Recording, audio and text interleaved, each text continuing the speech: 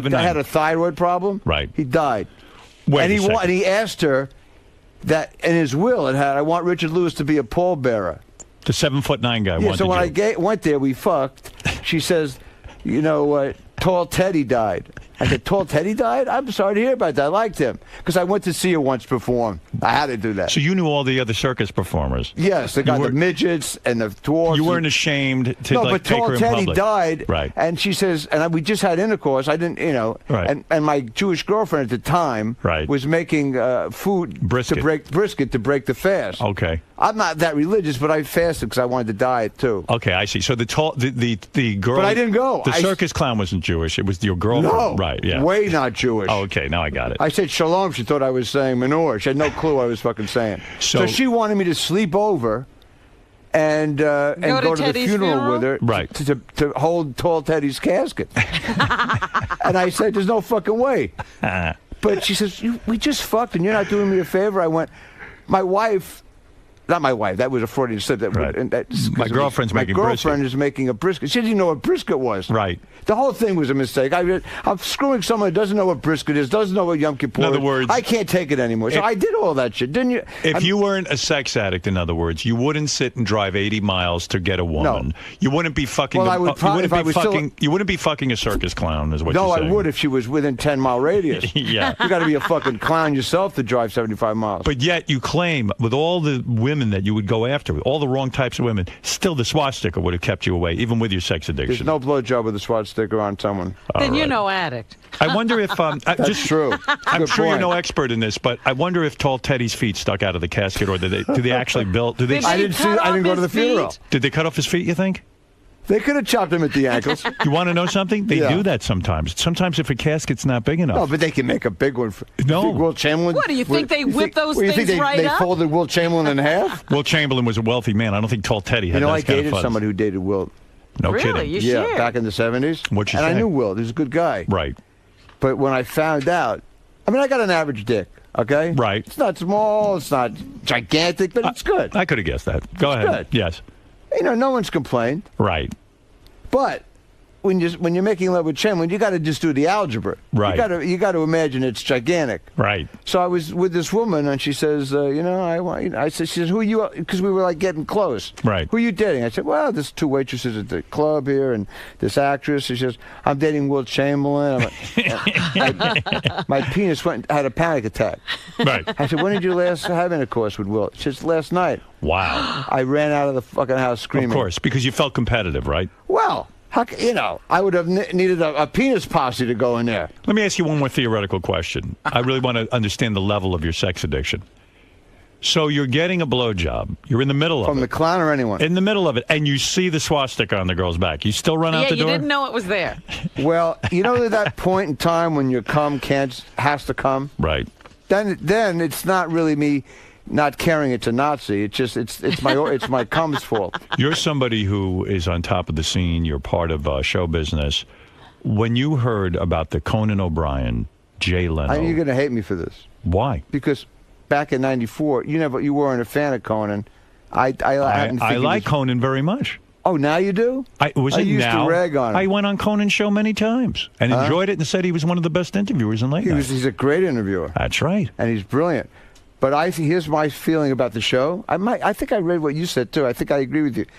When you take over the Tonight Show. Right. Let's say someone took over your show. You wanted to retire. That's right. This is a huge franchise. Right. Same thing. Right. So if someone takes over the Tonight Show, if you two left, if everybody here left, right, and you had to fill someone in, there should be promotion up the fucking ass. Of course. They didn't promote Conan. No, they promoted Jay.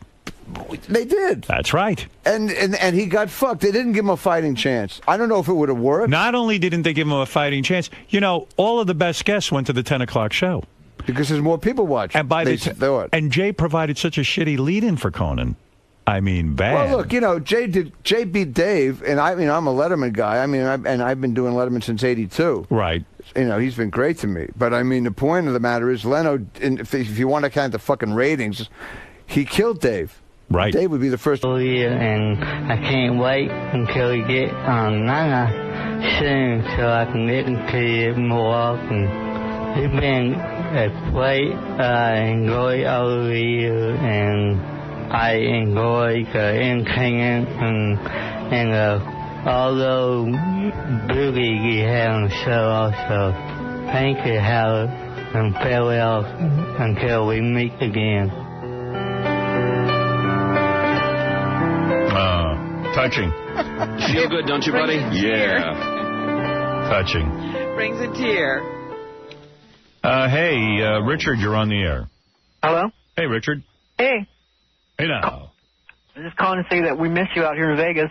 Hey, now. Yeah, it's weird. I mean... Yeah, this is the start of the second week not being in Vegas. They should have absolutely extended deal with me until the end of the show. It's ludicrous that the fans don't have the final shows. Yeah, everybody out here is trying to call in to listen to the show. No. Well, 20 left. That's it. It's amazing to me. It's kind of setting in now that we're moving over to our new home in 20 shows. Yeah. That's nothing. Yeah, we can knock that out. Yeah, I could do that. No problem. Could you put me on hold before you hang up? Okay. I'd like to do all 20 shows right now and then take a couple of weeks off. There you go. Right. We'll just have to stay in the studio for 48 hours. I would do that. I could knock them all out. It would be beautiful. Someone who wants to come in and say goodbye. Artie, get ready to work. I'll give her 5 minutes. Debbie Shushkel. Debbie Schlushkel. She's here? Yeah. She wants to say goodbye. I say we let her stand up by the microphone so we can get rid of her. Don't sit her down? Yeah. But, I mean, Debbie has been a part of the show, and she should have a right to say goodbye. Absolutely. A lot of people, she's very controversial. A lot of people want to strangle her. Well, a lot of people will be happy she's saying goodbye. Yeah. A lot of people don't want her to even call in on the news show. A lot of people like Al-Qaeda will be happy I'm saying goodbye. There she is, Debbie Shushel. Hey, Hello. Debbie. Hey, Deb. Hi. How you doing? Why don't you show us your boobs for that would be a great last sake. appearance. It'll take her 5 hours to get out of that getup. Yeah. I've never seen a person wear so many clothes. What? Like a nun. Yeah. I'm very passionate. What? I'm wearing a shirt, a skirt, and shoes. What do you mean? I don't know. That shirt looks like it's from the Puritan. You know what I mean? You're wearing a shirt, and then you're wearing a sweater over the shirt. No, it's sewn in. It's like a oh, my top. God. Yeah. It's sewn in. It's like a Garanimals. I'm wearing a sexy chastity belt. Come on. This is a stylish outfit. What's up with you? No, it's not. Robin, doesn't that look like... What are you talking about? all the rage in Detroit. What are you talking about? The irony is you're just short of a burqa. Gary, what you're wearing. No, I'm not supposed to be a hot chick. You should be a little sexy. What? Okay, so I don't look good? Robin, back me up here. Well, do I if look you're okay? going to court, it's a fine. What? Your cans are huge. I could never wear this to court. Did your boobs get bigger since last time? No, it's the shirt. It's much too provocative for court. The shirt's like the most conservative. Like it almost looks like a habit, like what a nun wears. It does not. Oh, my gosh. People out there listening are not going to realize what I'm really wearing because they're believing what you guys are saying. You're Where's your headdress? We'll put the picture Well, on the I wear the headdress when I go undercover to the mosques. Right? Doesn't she look old like Yeah, like a nun? it's sort of dowdy. I know you think it's sexy, but It's see, that's not sexy in your dowdy. mind. You come on the Howard Stern show, baby. I wanted to get dressed up. I was going to wear jeans and a T-shirt. This outfit is scandalous. She seems like a lot Artie, I'm glad you came up with new material. That's good, because if you were going to do that Jihad Al-Qaeda stuff again, I was going to tell you that it was about as new as Joe Pesci and Robert De Niro in a mob movie. Oh, good. We'll talk about your clothes now. Debbie, yes, Gary. Did you see the email I sent you from Debbie about 2 weeks ago? Debbie sent me an email. It was capital letters, so you know she's screaming at you. And it said, I predicted the Paris riots 3 years ago. Yeah, can I say something? You forward me those, and I just zone out on them like I do sometimes with Debbie, and I just I hit escape, and I never look at them. Well, we talked about it on this show, Howard. Escape. Remember, we talked about, this was 3.5 years ago, we talked about it on this show. We talked about how the Muslim population in France was so big, and that France was going to become a Muslim country in 20 to 25 years. This is what we heard. I feel like it's a replay of John the Stutterer from the last time I was here. No, but it's really true. It's Artie the Screamer. When I see a chick writing in caps about Paris and riots and Jews and Muslims. Oh, escape is the most operative word. There's a woman in my life that I broke up with that that writes in all caps, and I can tell she's yelling at me. Right. That's what I wasn't yelling. That was, Gary, that was my mass email I sent out to lots of people. No, I wasn't yelling. With capital letters, you know that capital letters. Well, I want people to notice. It was a headline. my mass email. And you noticed. It worked. If I walked into my office right now and I did Debbie Schlussel search, right, I bet you 209,000 results. Not only would there be a ton of results, but every 10th one has capital letters and says urgent in the title. Yeah. There's an urgent Oh, you message. mean from my emails? Yeah, it's always urgent. Me tonight at CNN. Me in the New York Post. And me. That's what it says. Capital letters. It goes, me tonight at CNN. Me on Kudlow and Kramer. Me on Geraldo. Well, what should I put, Artie? Urgent. Everyone west of London is going to die. And another thing. I know, it's really, sometimes the messenger is hard to take. Yeah. You know, you really... Thank you. Yeah. Thanks. I came to say goodbye, and this is what I get. What are you doing in town? I was getting an award last night from an organization. What's so funny about that? For what? What award are you getting? For speaking out against terrorism. Who gives this award? What is terrorist giving it? No, it's called the Children of Rachel Reclamation Foundation. It's a foundation that owns land in Israel. Thanks for all the help, signed Al Qaeda. So who runs this organization? Your mom? No. Oh, Howard. What did you win? What did you win? Straightest hair? Actually, my hair's really curly. Wait, I can't hear. You're all talking over one another. Honey, I'm going to start this organization that's going to benefit Israel. And, of course, the first person I'm going to give an award to is Y-O-U. Why? Because I love Y-O-U. Al-Qaeda. So were your parents at the award ceremony? No. Yeah, of course. Did you have any friends there? I was flown in by this organization, and they didn't pay for others. So. Right. And you were honored. And I gave a speech. Oh, no. How long did that last? It was 20 minutes. Artie, play back the speech. It's like New York is under attack. I heard that speech yesterday. I was running through the streets. What was the gist of the speech, if you don't mind me asking? Well, I was talking about all of the mosques where I've gone undercover and some of the... Go ahead. You've gone undercover? And some of the things that I've seen, and it's really incredible. Some of the things I've seen. This one event that I went to is for the largest Islamic charity in the United States right now, and this was the weekend that... See, this is the stuff I don't get to hear when I call in. You're on the phone. Yeah, but you guys are doing to me anyway. There's no such thing as a short summary with you, is there? Well, I was just going to mention that this was the weekend that all these beheadings were happening in Iraq and Saudi Arabia of Americans. Oh, cool. And they had these kids doing simulated beheadings of men wearing kids wearing American flags. It was really frightening, and they were all clapping. This is in America. So you pointed this out at the dinner last night? Well, this was one of the things I talked about, yeah. Yes, and another thing, where's everybody going? Wait a second. So you go undercover, like you put on a burqa and go undercover? A hijab, which is... A burqa is like the whole long thing with just like slits for eyes. A hijab is just a head covering. Oh, so you wouldn't wear like a thong like what you have on now? What? What do? You dress Who up... said I was wearing a thong? What's up with you? You go to a mosque and you dress up as a Islamic woman? Yeah. And then and then I write about it. And what do you wear? Like a hijab. It's the head covering. It's a headscarf. A headscarf. Yeah. What happens if some of your blonde hair spills out? They'll know you're I have all kinds of disguises. I've been outed one time, and that was it. But, recently I went to this mosque that we know is funding Hezbollah, and all these federal agents were there. And they were all kowtowing to all the people in the mosque saying, oh, we don't know why Hezbollah's on the terrorist list. And they were all laughing about it. This is a group that murdered American Marines. Shut up, Artie. Not me. Fred. It's the audience snoring. Hey, you know not what? me, that's a caller. You know what? The audience is a lot more interested than you believe. Hey, Joe, you're on the air. Go ahead. Good morning. I'm a big fan of Debbie Schlussel. Debbie, may I ask you one serious question? You can ask. Are you shaved? Did you shave completely before your appearance? No comment. Well, I'm glad you asked me that because it's a scandalous question, much like I think anybody who's listened to me over the years knows I never answer those questions. Anyone who's listened to you knows nothing about you. Well, then that's good. What's the big deal? Do you shave or not? No comment. Why? Because it's nobody's business. Like I'm a lady. people, I'm not going to answer those kinds of questions. Are you a natural girl? No. I don't know what you mean by that. She's got this bright blonde hair, but you can tell she has dark hair. How are her eyebrows? The eyebrows are a dead giveaway. Dead giveaway. It's weird. I darken my eyebrows. Come on. Because it looks bad with them light. But no, listen, I am naturally light brown. And when I was a kid, I had light hair. Yeah, it's true. My mother's hair was lighter than this when she was a kid. Can I give you some helpful hints?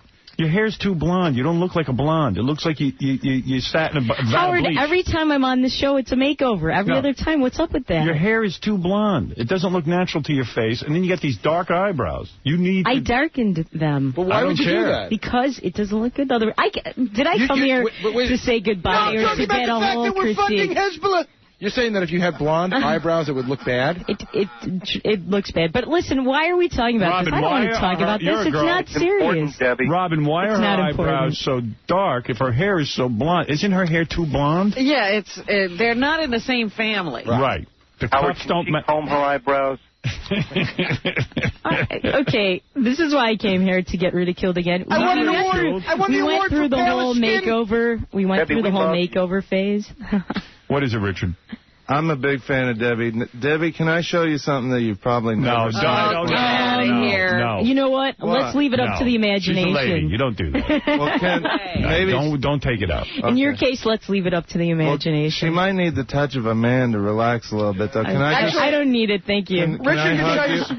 Richard can show you something no woman's ever seen. Only Sal has seen. And by the way, Richard Why is break shaved. the record? What'd you say, Gary? Richard is shaved. Yeah, completely shaven. Oh, I'm sure Debbie looks like Metalog Lemon. Exactly. You're disgusting. What are you talking about? I have a big bush. What's the big deal? It's very liberating. I cannot believe we are discussing this. Really, you're not. They found several operatives from because I'm Al-Qaeda trying to maintain some dignity here. It's very difficult. Al-Qaeda hiding out? Al-Qaeda hiding in her bush? In her bush. You're disgusting. They found the cave with Bin Laden. Osama Bin Laden. I look like buckwheat down there. Oh, my goodness. Well, you really should shave. That would wipe You know out what, a lot of Artie? I'm Al-Qaeda. sorry I asked you to come up with some new material. When I said new, I meant good material, too. You're the only one not laughing. Debbie, are you wearing a sports bra this morning? Why? Because she's being a good sport? Hey, Osama, move around down there. It feels good. Osama's running around. Debbie, how come we haven't caught Osama bin Laden yet? Seriously. Because I have him.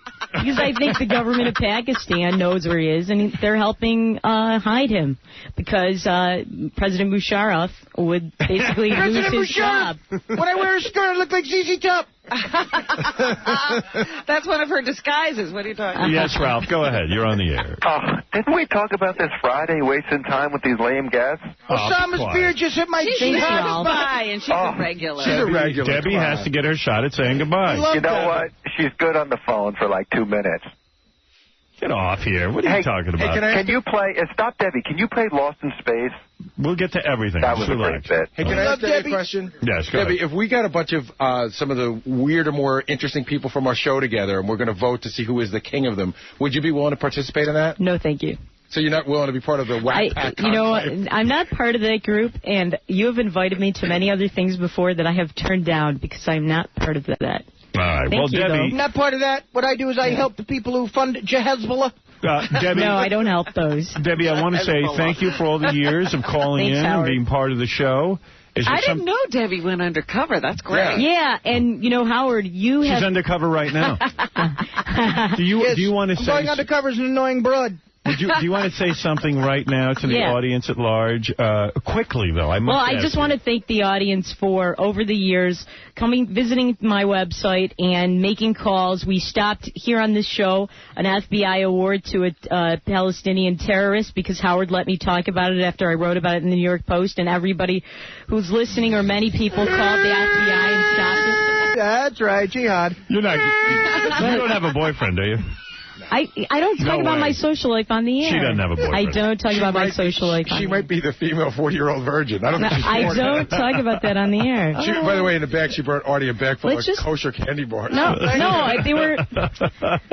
were L'chaim candy bars because I wanted to give it like a toast. I wanted to give it... L'chaim candy bars. I wanted to give a toast to your new career on Thank you. Thank you. But I did want to thank the audience for going to my website. I hope you'll continue to do that. DebbieDoesPolitics.com. Right. Osama bin Laden, you have the last word. Go ahead. Debbie, open your legs. Let's be out of here. All right. Debbie Schlussel, everyone, a longtime guest of the show. She always calls in when she has secret information about Al-Qaeda and operatives in Hamas. And the ties between major stars in Al-Qaeda. That's right. She was the first one to discover that Oprah was a operative of a foreign government. Wasn't that you? I didn't say she was an operative, but she said things. Negro woman from the South. She said things very sympathetic to terrorists on her show. All right, and you pointed that out. And she Right, it's on my website. It's at oprahsucks.com. What? Well, I bought the website address, oprahsucks.com, so if you go to that URL, you could read that article. Oprah was behind 9/11. I didn't say that. Yes, you did. I heard it. Any links between Jennifer Aniston and Al-Qaeda? No, but her movie was terrible. Did you see that, Derailed? I did not. Awful. I already know that whenever there's Very a Jennifer Aniston movie, it's going to be horrible. She's proven that. Yes. DebbieDoesPolitics.com. Debbie Schlussel in her final appearance on The Howard Stern Show as we count down 20 shows left. Actually, 19 after today. Stedman bombed those hotels in Jordan. And we will be back right after. Oh, yeah. Hell yeah. Yeah. Hey now. Come on. Yeah, I got into bed Saturday and just had a whole beautiful day of watching Star Wars Revenge of the Sith. Yeah. And I got to tell you, for my money, Luis bought it for me as a gift. Luis, our board operator, who told me that it was a gift because I'm such a great guy. Oh, how nice. And to thank me for whatever the hell I've ever done for him, which was basically get him a crummy job over there baking our tapes. But he likes it. But he likes it. Louise is a good guy. Great guy. Really good guy. So I was very grateful to him, and I had the tape and the DVD. It's a 2 DVD, they got a... Oh, really? 2 DVD sets? Well, I guess it's one DVD is the movie, and the other one is extras, and I take that, I throw that right in the garbage. Right, you don't need extras. I don't need extras. No stinking extras. Listen, if a movie, right? Yeah, put it in a movie if it's good. They cut it out for a reason. It sucked. Yeah, I want to see the scenes that didn't work. So I'm sitting there watching it. The first half of it is as horrible as any of them. Really? See, I disagree. I love the whole thing. No, toward the end, it got so good when he eventually becomes Darth Vader. Right. Yeah, Finally, it gets good, and they put him together. Now he's Darth Vader, and they end the goddamn movie. That should have been the first movie in these prequels. Yeah, I agree that should have been the first one. We didn't need the other two. Yeah. But it was good. Seems like George Lucas finally figured it out by the third one. I think he let other people write this one. I'm really not... Yeah, well, that was a good idea, because they actually wrote a story. I think a fan wrote a book, and he based the script on the fan's book, yeah. I don't know how any fan can watch that and go, George Lucas gave us our money's worth. I mean... No, because he built you twice before he got to that one. And it wasn't any good. It was horrible. That the whole first half with them fighting and fighting and fighting. Okay, who's fighting? Give me a goddamn story, you bastards. Plus, with the merchandising and the games, it seems all to support all this other crap he wants to sell you. Yeah. Because he's got to build another winery. Or something for that lavish, same guy. A winery. They both got wineries. Has another studio he wants to build. Yeah, Lucasfilms. Yeah. Tishman took us around Lucasfilms. If those damn stormtroopers show up anywhere else. Yeah. Those young guys from the early 70s, like those directors, all the money they made for themselves. Think about it. My God, Lucas, Spielberg. They're all institutions. Yeah. All right, so we're in the middle of saying goodbye. We have 20 shows left. Drea De Matteo will be coming in just a few minutes. De Matteo? Yeah, that's the correct pronunciation of her name. I didn't know. Drea De Matteo from Joey and The Sopranos is going to come in. She's here with a boyfriend. They were making out in the green room, Gary told me. Really? Yeah. Someone said she doesn't talk like the Sopranos chick. She's, like, more sophisticated. I'm going to make her talk like the Sopranos chick. Yeah, because we want people to know who she is. Yeah. No one wants to hear her speaking all good. Yeah. She's making out even as we speak? Yeah, she's really into her boyfriend. He's some kind of rock guy. All right, let's meet him, too. I found out it's Waylon Jennings' son, Shooter Jennings. Shooter Jennings? Shooter? I like Waylon Jennings, and I'm not a big country guy, but he seems like Waylon was pretty cool. He seems like he would kick your ass. He's still he alive? seems like a rowdy guy. I think so, isn't he? I think he died. He died? Really? Yeah. All those old Really? country guys were cool. Wailing Jim, Merle Haggard. Yeah, and that other guy, too, Willie Nelson. Yeah, Willie's great. Yeah, smokes so much weed.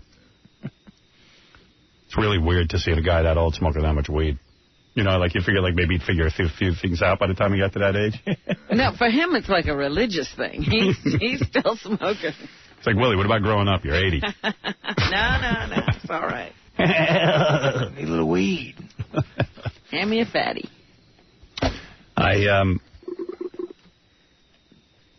You want to hear from Drea now, or you want me to play a couple of bits to say goodbye? Is it okay to leave her there? She's due on at 7:30, so I don't think she'll be offended. You should play those 2 bits. All right. All right. So, you think these are the bits I should retire right now? These are Yeah, because you know what? Again, Howard, we're only 20 shows out. Those are 2 great bits. All right. You see, I hate playing goodbye bits. I get bored because I'm like, well, we've played these already. But, all right, for the last time, here it is. Woodstock Minute. That guy just requested it. This is featuring the great talents of a woman named Allison Steele, who was a legendary disc jockey here in New York. Allison plays the announcer. The Nightbird. The Nightbird. The Nightbird. She died of cancer a couple of years ago. Quite a few years ago, actually. Yeah, it's been a few now. Yeah. She never even worked in this building, I don't think. Right, and Billy, of course, is Larry Fine, but it's a bit everyone always requests, never to be played again, so here we go. I'm Allison Steele, the Nightbird, with a Woodstock Minute. Very few people realize that most groups appearing at the Woodstock Festival did not make it into the Woodstock movie. Artists such as Leslie West and Mountain, Creedence Clearwater Revival, and the Jefferson Airplane. But the most glaring error was the omission of Larry Fine of the Three Stooges, whose backstage contributions were the backbone of the festival. Oh, boy, this is beautiful. It's beautiful. Hey, who is that ugly broad? Janet Joplin? I wouldn't f*** her with Shemp's d***. Yes, Larry Fine was feeling no pain. Hey, Mo, I'm getting dizzy. What's hashish? It wasn't long before the crowd was won over by Larry as he led them in the infamous rain chant. Hey, come on, you ass. Sing. It's raining out. We gotta make it stop raining. Larry got to know stars like Jimi Hendrix. Hey, Jimmy, is it my imagination, or has Santana's drummer been taking a solo for a day and a half? Hey, man, Larry, you are so cool. Thanks, Jimmy. Hey, Jimmy, who's the darky with the needle in his arm? That's my good friend. We experiment with drugs together. Larry was asked to make several stage announcements, which wasn't so easy because he was drunk. Oh, please don't eat the brown acid. I'm warning you. Please get off those towers. I had long hair before any of you jerk-offs. Get out off those towers, you hard-ons. Don't eat the brown acid. I'm warning you. And somebody find me a whore. Larry advised many of the up-and-coming stars like Country Joe and the Fish. Hey, Mr. Fine, excuse me, you got a minute? Hey, Country, how you doing? Hey, what are you and the Fish is gonna do when you get out on stage? Oh, man, I don't know what to do. I got no ideas. I got it. Why don't you go out there and spell f***? Hey, man, great idea. Now get out there before I take an axe handle to your colon. Country Joe was truly inspired. Give me an F! Go for it, Country. Give me a U! Hey, don't forget the K at the end. Larry doubted his usefulness at Woodstock, but he soon realized he was an integral part of the festival. In one of Larry's last recorded interviews, he spoke in great detail about the 3 days of peace and love. What do you remember about Woodstock? Well, I felt out of place until I saw Shana Na. Did you do drugs? I said to Mo, let's trip. We have nothing to lose. I tie-dyed my hair. Was there alcohol abuse? Oh, yes. I started drinking when I heard Crosby, Stills, and Nash. To this day, if you listen to Crosby, Stills, and Nash, you could hear faintly in the background a drunken Larry Fine singing along with the group. It's getting to the point where I'm no fun anymore. Larry Fine, not just one of the Three Stooges, but an integral part of the Woodstock Festival. Mo gave Jimmy the lighter fluid idea for lighting the guitar. So you take credit for that? Yeah, I said let the Schwarzer light himself on fire and his stupid guitar. Are you bitter about Woodstock? Bitter? Hell yeah. Those fakakta schnooks at Warner Brothers stiffed me on the movie deal for Woodstock. Larry Fine, the forgotten stooge. I'm Allison Steele with another Woodstock Minute. All right, we'll retire that bit now. And that's what attracted me to Billy. I heard a demo tape of Billy doing Larry Fine. I said, I don't think anybody in the history of impressionists has ever done Larry Fine of the Three Stooges. And it was a dead-on impression. It's about as dead-on as an impression gets. Yep. Yeah, you forget it's Billy. You just think the Three Stooges dude is there. So I always thought that was great. I was going to play the Sinatra record offer. Gary suggested we play that, but I don't know. I mean, there's so many bits you could play. You know what happens? All the years of music and stuff that we have here, live performances. But what ends up happening is then you say, oh, we never got to play anything. Are you saying you'd rather play something different? Come in and look through the wall and tell me what else you got. And then we'll get to Drea de Matteo. Matteo. What's she wearing? I hope she's hot. I need to see a hot broad. Debbie Schlissel didn't visit? No. Would you have sex with Debbie Schlissel? I would not. You wouldn't? No. Oh, jeez. You know what? She's just not my type. I don't think I would either. And you know what? And I have to say that at one point... First of all, her clothes are too tight. Right. You see her belly. Exactly. I think I would. You would do her? Would you do Debbie? I think I would. Fred, would you do Debbie? Maybe if she were incredibly drunk and me as well. See, at first, when I first used to... Sal said he would do Debbie. Sal's, you know... Sal would do almost anything. He'd do Richard. See, when I first started talking to Debbie... Yeah, but Debbie's not an ugly girl. No. She's not. She looks good. She does look good. I would do the back seat, without a doubt. Really? Yeah. And she has a little bit of a little slab of meat in the front. Really? But that's hot to me, too. Avoid that, huh? You like that? Yeah, because I like the way it jiggles from the back when they're on their knees like a dog. It's something... See, I'm going off the whole idea that she has completely zero interest in sex of any kind. Right. You really think that? Yeah, I really do. It's not a looks thing, it's more her attitude. Well, I'll put them all together. And then, like I said, when I first met her, I was sort of into the fact that she was intelligent. That was a turn-on, but now she, never turns that jihad stuff off. Right. Opinions don't stop. Right. What's wrong with my attitude? Hey, Howard, speaking of bits, there's a classic bit right on your top. One of my favorites, Old Black OJ. Really phenomenal. Now, I think we can bring this with us, isn't this? I hope we can. Yeah, because that was sent in. Let's play the ones that we can't bring with us. All right, so okay. Let me look up here. Because we could even keep the OJ phone call to Peter Jennings. Peter Jennings, That's which no problem. Oh, all right, so awesome. I'm going to look through songs here. Go ahead. Fred Norris sings The Green, Green Caps of Gary. Grand Central Parkway. Grand Central Park. That was about the guy that... Donald Madison. That's probably not even going to... Yeah. No, that won't translate. Electrocute the Fool. No. Don't Worry, Be Jim Jensen. I don't even know what that is. I remember that. Yeah, Jim Jensen, a famous New York newsman. Did you have sex with magic? Do you believe in magic? Let's hear that. I don't remember that. Who did it? Fred. All right, let me hear it. But I can't reach it. Hold on a second. Benji, hold the chair so I don't fall. Seriously. Very nice. I don't remember that one at all. Me neither. I got one here, Howard. Did you guys like that? Loved it. Yeah, it was cute. Very enjoyable. Howard, I'm wondering how much of it made it on. Yeah, I got one here. The title, I don't even remember this. I'm not even sure we could play it just by the title. I guess it's about Ted Kennedy. It's called Raping in the Night. Or it's about one of the Kennedys. Oh, it must have been the William Kennedy Smith trial, Raping in the Night. Hey, the guy was found innocent, wasn't he? Yeah. So that might not be good. Leave him alone. This is Chaz's Gay Babe. I guess this is when Cher's daughter, Chastity, came out, and they found out she was gay. Not even very cute. After all this time. How about this one? How about Don't You Dare Have Lunch with Jeffrey Dahmer? No. No, why don't you like that? I don't know. I wanted to play Chaz's Gay Babe. Here we go. Just did a whole build-up. I can't believe what my daughter would do. She hangs out with the butchers at NYU.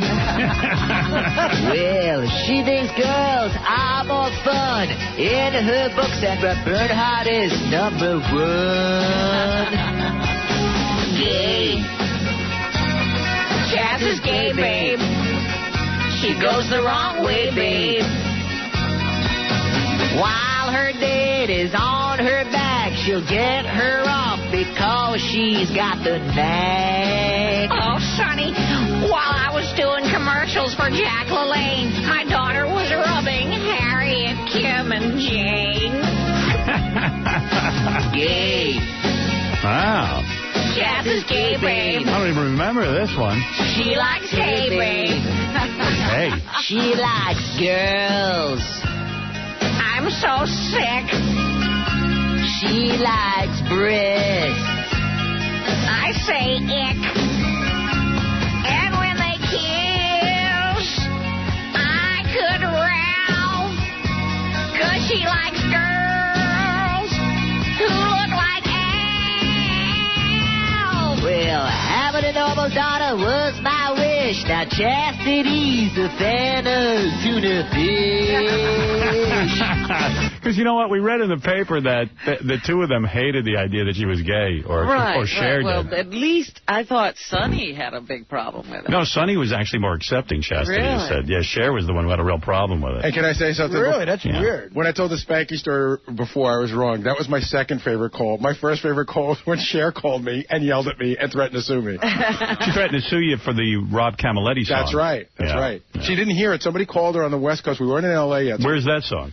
It's not a song. It's or is it a song, Fred? I don't know if it was even a song or if it was a song. If it was a phone call. I think it was a phony phone call, like a bit that we did. But she called and she said someone had woken her up on the West Coast. We weren't even on in L.A. yet. Mm-hmm. And she said, I figured out it was her pretty quickly. She goes, I don't know what the hell happened, but you could be goddamn sure if there's a lawsuit in there, you're going to get one from me. Ooh. And there wasn't one. Yeah, we didn't say it. We said he was a bagel maker. Her boyfriend was a bagel maker. Who cares? She was pissed. Anyway, let's. I want to. There's Tom Chisano, our general manager. Oh, right, that's right, because I transferred her to Tom when I was done. I went up talking to her. It was I was defending, you made him a public person. At the end of it, I had this conversation justifying everything we had done, apologizing for nothing. I said to her, I have to tell you, you were great in what was the movie Mask? Right. And she went, well, it was a little out of context for this conversation, but thank you. What a diplomat. While I was working Vegas clubs, my daughter was snuggling other women's nubs. Gay. Chaz is gay, babe. Yeah, who cares? All right, Drea De Matteo is here. I'm sure she's promoting Joey, right? Wouldn't you say? Well, she actually... Does she have a movie? Are we breaking her or are we bringing her right in? I probably should break. Don't you think? Yeah, because I want Or should I bring her in? You should probably break. Yeah. Well, I could talk to you about this on the air. I mean, she's more promoting, I think, her boyfriend's show, and she wanted to know if she could bring her boyfriend in with her. Yeah, I don't care. Whoever wants to come in can come in. Oh, she's here to promote his show. But she's also promoting Joey. We probably can't feel her up if her boyfriend's in here with her. Yeah, I think Maybe he's into that. You never know. Could be a buzzkill. Some of these guys like to watch. Yes, we'll Their be back. ladies be pleasured. Yeah, we'll be back right after these words. We'll say hi to Drea De Matteo, who's never been on the show before. And we have more goodbyes. Billy Gibbons is going to stop by from ZZ Top to play a little something for us acoustically. Oh, cool. Nice. Yeah, I'm looking forward to that. We'll be back right after these words. Hey, my name's Andy Dick. My girlfriend just left me, but don't let that bring you down. Try to enjoy yourself here on the Howard Stern Show. All right, thank you, Andy. And this is Drea De Matteo. She can currently be seen on Joey. She used to be on The Sopranos. She's here with her boyfriend, Shooter Jennings, who is the son of Waylon Jennings. She had a great scene. Her death scene in The Sopranos was one of the best scenes ever. Ever, yeah. That was real good. How about her death scene in Joey? You see Hey, that? you guys. There's Drea, and there's... I thought Drea was taller. No. Hey, Shooter. I thought Shooter was taller. I thought Shooter was taller. I thought Drea was taller. Turns out I'm the only tall one. I'm over here. Yeah. That's all right. How you doing, you guys? Is this what I'm doing here? Yeah. Hi. All the guys were saying, don't let Shooter in, make Dre get naked before you let Shooter in, and then it would have been like a really cool thing. Had a better chance getting me naked with him next to me. Yeah, but what's the deal? I heard rumor you guys were making out in the green room and you're drunk from last night's show. Is that true? Oh, good Lord. Is that right? You still wasted or what? Man, no, we were just out late at that walk the line thing that they did. That he plays his dad in the movie. Thing. I was going to go to that last night. It's a good you movie. played your dad in the movie, huh? Yeah, Robin's over there. There I am. There you are. Hi. How you doing? I'm okay. How was the movie Walk the Line? Was it good or was it bad? It's great. Joaquin is awesome in it, man. For real? They're singing it. Oh, you have to say that because you're in show business. No, I don't, because no, I don't. There's a lot of I don't care what anybody thinks. You don't have to say whatever you can say whatever he wants. You guys look wild with the tattoos and the whole thing, man. You look like you were literally up to something weird. How long you two been together? Yeah, what are you two up to? 3 years. 3 years? Yeah. When are you going to pop the big question? As soon as I make some money. You know the question. You know the question. Can I guest star on Joey? When are you going to pop the big question? Can I guest star on Joey? Can I get an arc on Joey? That's a good question. That's a good question. What's going on with Joey? Is that doing well or? Yeah, it's all right. You know, it's going. It's you know. It is what it is. Yeah. Yeah. It's fine. We have a good time. I wish they would film us when we're not actually saying the dialogue that's written, because it's fun. Probably be a better reality show. It's really fun. We have a great time together. So I heard what's his name, Matt LeBlanc, is a huge pain in the ass. Oh man, he's so much fun. I mean, really? That's not what I'm hearing. I hear he's really a pain in the ass. What pain in the ass could he be? I don't know. Funny is. I can't curse. Jeez. Gary heard it. Yeah? Yeah, that like the guy's like really out of control and stuff. But you see, that's rumors, you know. I don't know. And Dre can't say anything because it's a good paying gig. He's a good guinea. Yeah? Yeah. What kind of money you make on that? Like $25,000 an episode or more? More than that. More than that, Artie? Yeah, she's getting like between 50 and 100. Really? Nice. Yeah. Hey, she's getting between 50 and 100. Easy. Artie knows. Artie was on a sitcom. He's Mr. Television. That is the best money ever. What'd you get per episode of The Norm Show? $35,000. Wow. And you were hardly in it, right? And I was like, I wasn't famous like she is. I was 35 G's a week. I got. Yeah, you were nobody. And it was, I mean, I had just done Mad TV. That's all I had done. $35,000 a week for that garbage? 2 years of that. Oh. That bought me a condo and a lot of weed. Only a condo? Should have brought an island. That's right. Well, you got to give money to managers, jerk. So, Drea, you must get like... let me see if I got any... You get... Drea went from earning $15,000 to $25,000 an episode on The Sopranos to $60,000 an episode. See, HBO don't pay nothing. HBO's the cheapest sons of bitches, and they can go F themselves. You imagine she's on the best show ever, and she makes that, and then she goes, you know, it's a good show. Regular network television. HBO sucks the life out of performers. They keep the mother load. And I'll tell you another thing about HBO, because I've had lots of dealings with those guys. They think they're doing you a favor by putting you on HBO. Right. That's why Gandolfini had to almost go on strike. When I was doing the Norm Show, I did an independent movie with Vinny Pastore, right? Yeah. And he asked me what I made, and I said, I'm not going to tell you. You're going to hit me with a pipe. Is that why you left The Sopranos? Did they write you out, or because you just wanted to get the Joey money? Truthfully, I'm probably making close to the same amount of money, but we have more episodes. HBO was actually really cool. They were. I miss it. You miss HBO? Want to be back? Can't you come back from the dead on that show?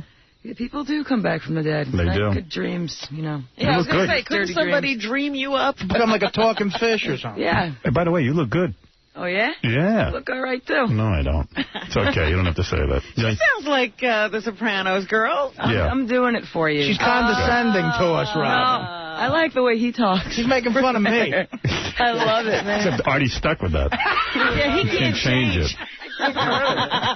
He doesn't drop that when he leaves the studio. See, I like the way Shooter talks. Yeah, me too. I like that, too. Do it. Speak. I don't have nearly as thick of an accent as half the other people that I grew up with. So, well...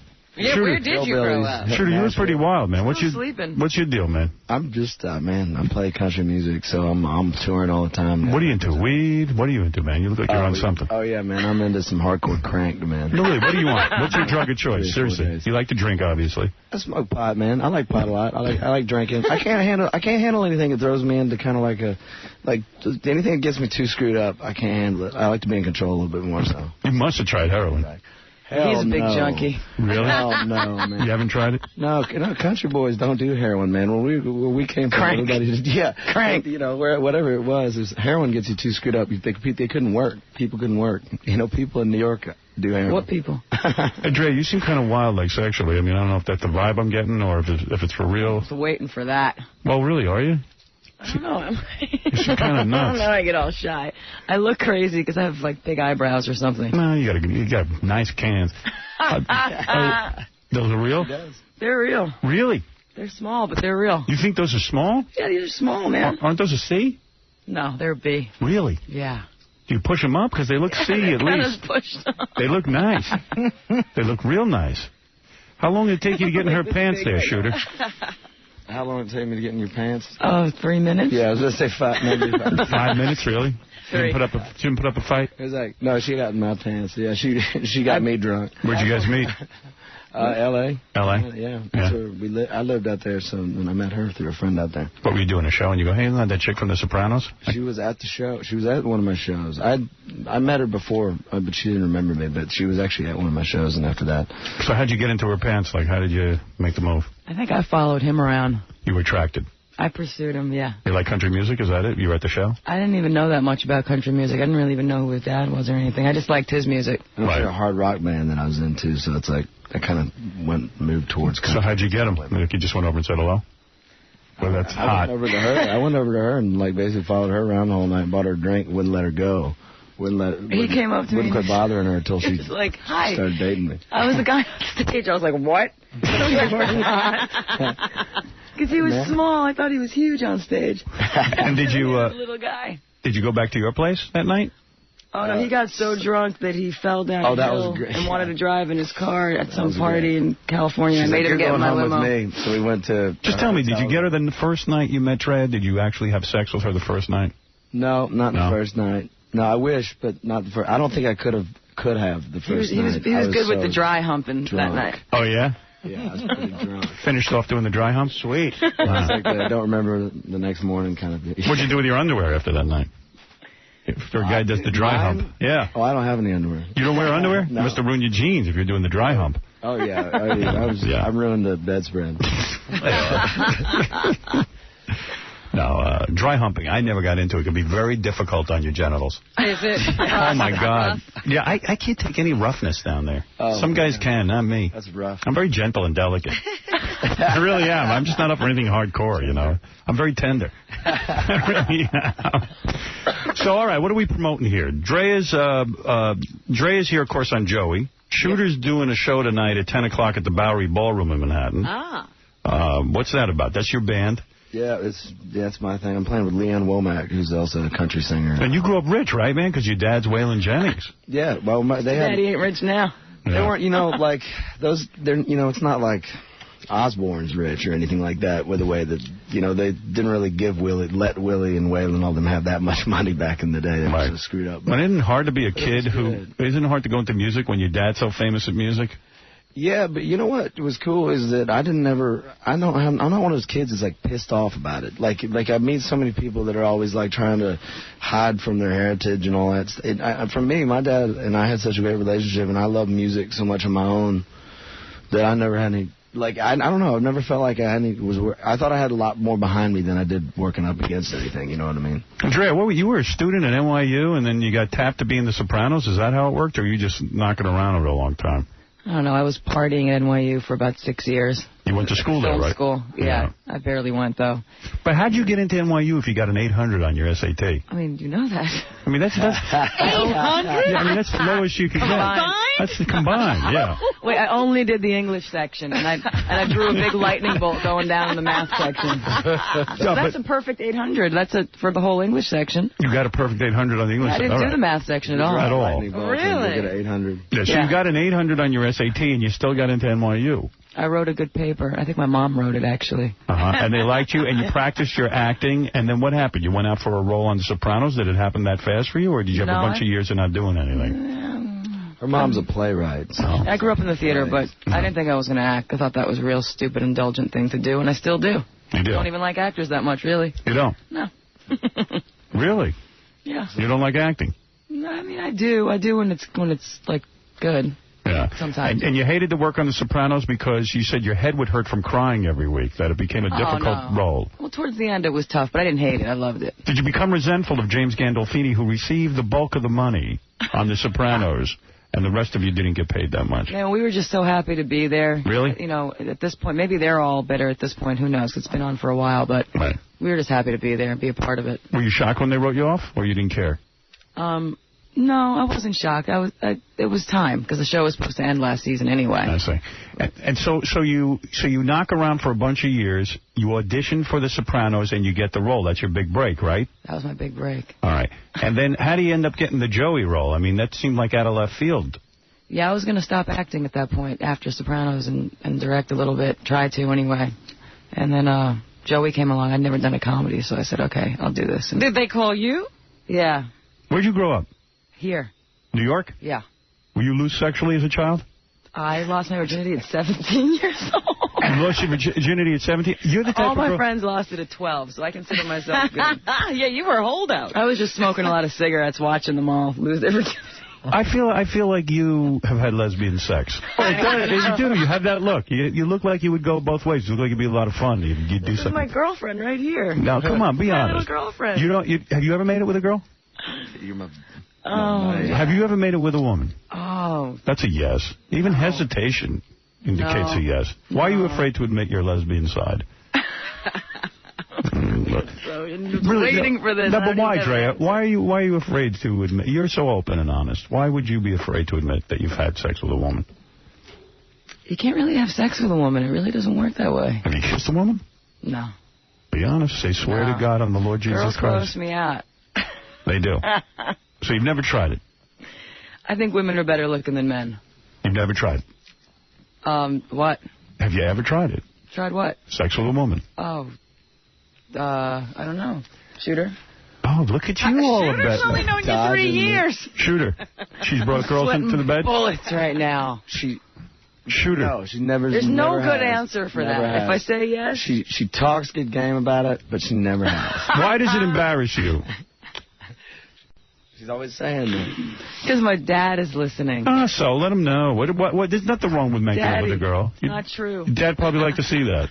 I remember he asked me when I was about 18, Dre, are you gay? Really? Your dad asked you that? You seem a little gay. Only because I look gay, because I have two brothers, and I talk like a dude, and my voice is like a man. And you're tough, yeah. Dress like I didn't shave my armpits in days. I got a mustache. You got a mustache? No. Do you? Probably. You shave everything off? No. Trey, open up to me. Tell me if you've ever made it with a woman. I want to know. I want the honest answer. Nope, I never did it, man. Okay, then that's fair enough. If you tell me that's the truth, I'm going to believe you. Good. You're not lying to me. No, I don't. I'm not a good liar. Ever orgy with 2 guys? Oh, yeah, now that, maybe like, what was the last one, 5 dudes? Yeah. Have you ever made it with more than one guy at a time? Awesome.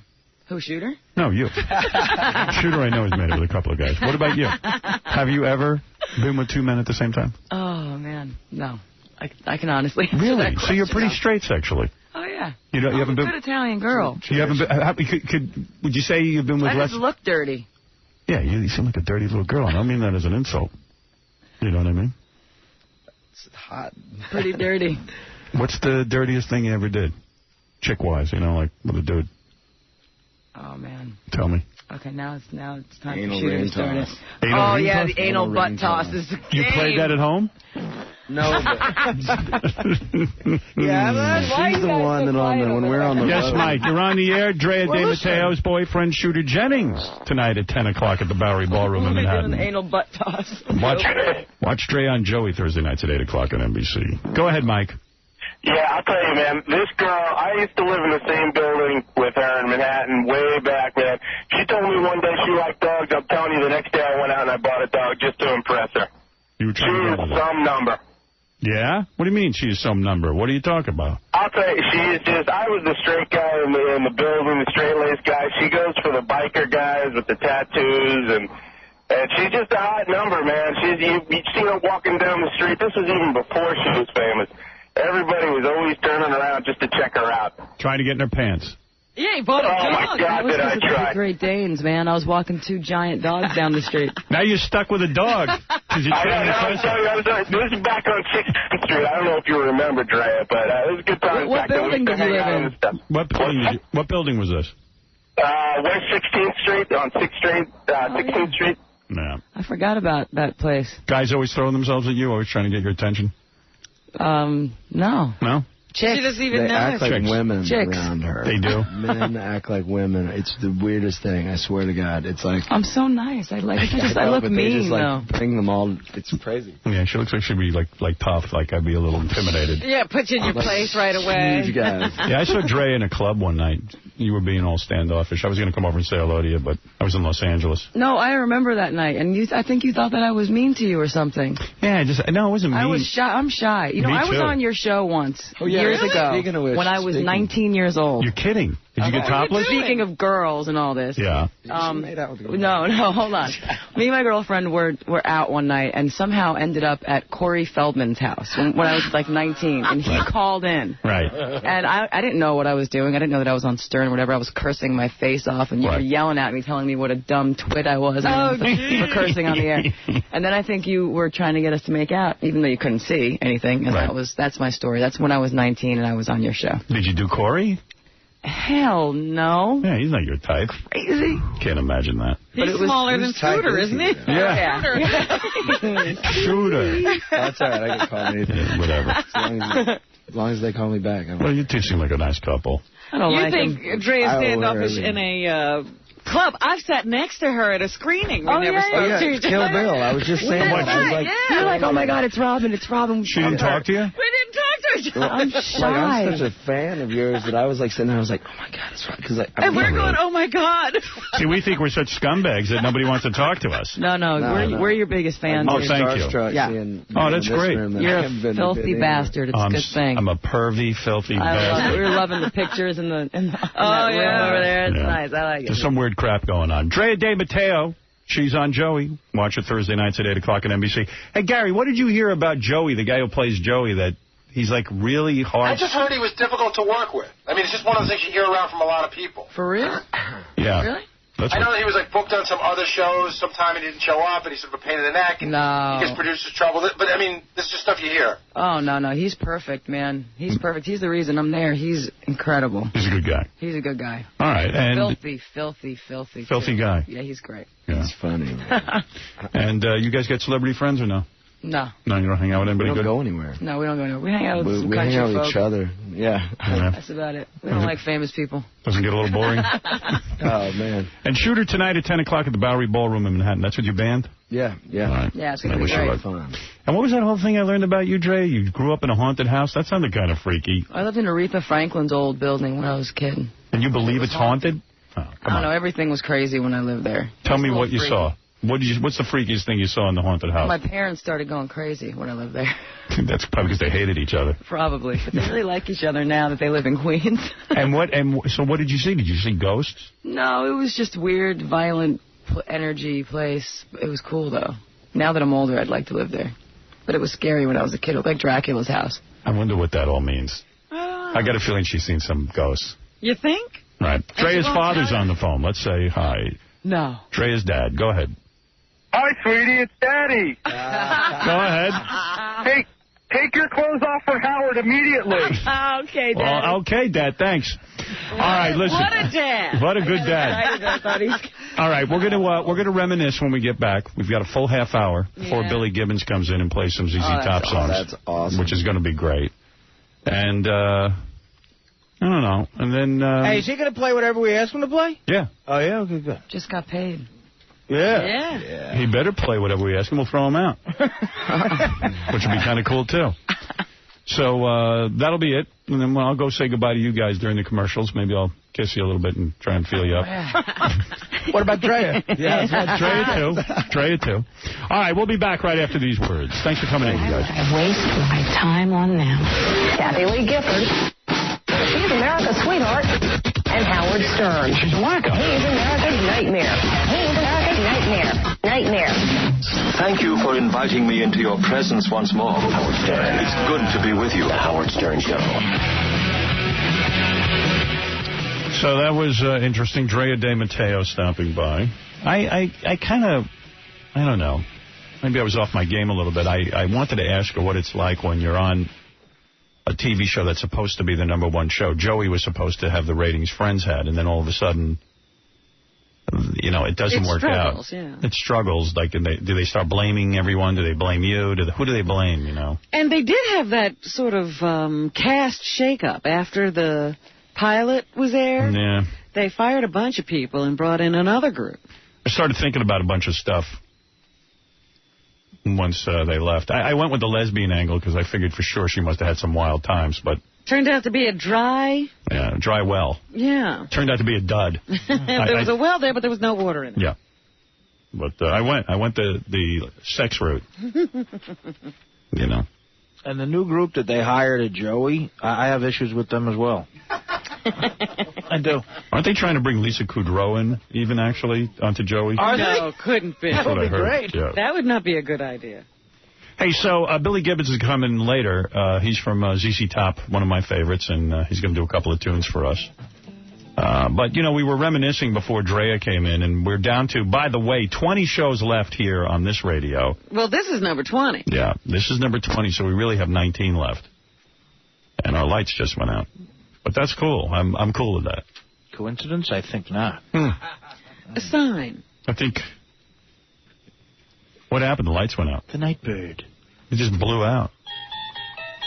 All right, so we were reminiscing about the past, and, a lot of this material I can't bring with me because, look, the company feels that they want to hold me to this, that we sort of, I can't bring the material with me, but they can't do anything with the material, and I said to them, let me have the material. What do you guys care? I'm going off the satellite. If you want, I'll play this stuff, and any kind of revenue it generates, I'll give you, the money's generated, and then they said, well, give us $40 million. And I said, is that really what they said? Yeah, $40 million. And I said, $40 million? I said, on what planet is this worth any $40 million to anyone? It's just not. Do they think the Rob Capoletti song's going to generate that much money? Yeah. And I kind of feel it's like a spiteful thing. Like, I think they do it for anyone else. They wouldn't care. I don't even know why. I'm not even competing with them in regular radio. Just give me the rights to my stuff, and I'll just play it. Well, can I tell you something? Yeah. I think I see sort of a little olive branch being held out. They did give us, like, almost all that Kinnison stuff there the other day. Yeah, that was nice of Joel. I appreciated that, but, I got so much material that I've generated. What, do we go by case by case? Well, this was a one-time I said to Tom on the air, I said, hey, please, let me just take my Kinnison material with me. And evidently Joel heard that and said, okay. So that was nice. What about the Rodney stuff? I'm not going to sit here and beg for each piece of my material. We could be here all day. But it's kind of depressing to me that I can't play this stuff anywhere else. And I take great joy in my 20 years here, and it's kind of a drag. But I do have a way around it, actually, in a sense. All of the E shows I own. Right. So I'm just going to play the E shows. But I'd rather just, But are the bits in the E shows? No, but at least I can play a lot of my great interviews and a lot of things like that. Well, wait a second. Is it the E shows that aired, or is it any footage you shot? It's technically any footage I shot, I own. The bits are in there. Well, then there you go. So I'll play it off there. It's weird. It's like... But I'm sure that'll be a whole case. But I'm positive I own the rights to all of that. So, what's the difference? I'll play the E shows. I'll just take it off the E tape. Like, I'll give you an example. This is like, it gets convoluted, but, like, me telling the Babe the Pig story, right? Part of that was played on E because it was nominated for an FME. So that part we're allowed to take. No, I taped the whole thing on E. Right. I didn't play it on E, but I taped the whole thing. Oh, you taped the whole thing on E? Right, okay. So you're allowed to have that. Yeah, I can play all that stuff. I'm almost less interested in that. But I don't really want to do it like that because, you can make the argument, gee, all right, well, you're playing it on radio. Do they have the rights for the E show on radio? I mean, it's a whole long drawn-out thing. But there's also only 10 years of E. We've been here 20. Yeah, and my point, and I didn't bring this up to Joel the other day because I didn't want to confuse the issue after the suspension, but I was just like, 5 years from now, you won't even care. You know what I mean? You just won't even care. You'll be doing whatever it is you're doing. Do the nice thing. Let me just have my tapes. I mean, what is the big deal? Okay, so I didn't negotiate it. Shame on me. I could have. I'm sure 5 years ago I could have gotten that. I think you and your agent get beat up unnecessarily, because who could have seen the whole satellite thing? Who could have seen?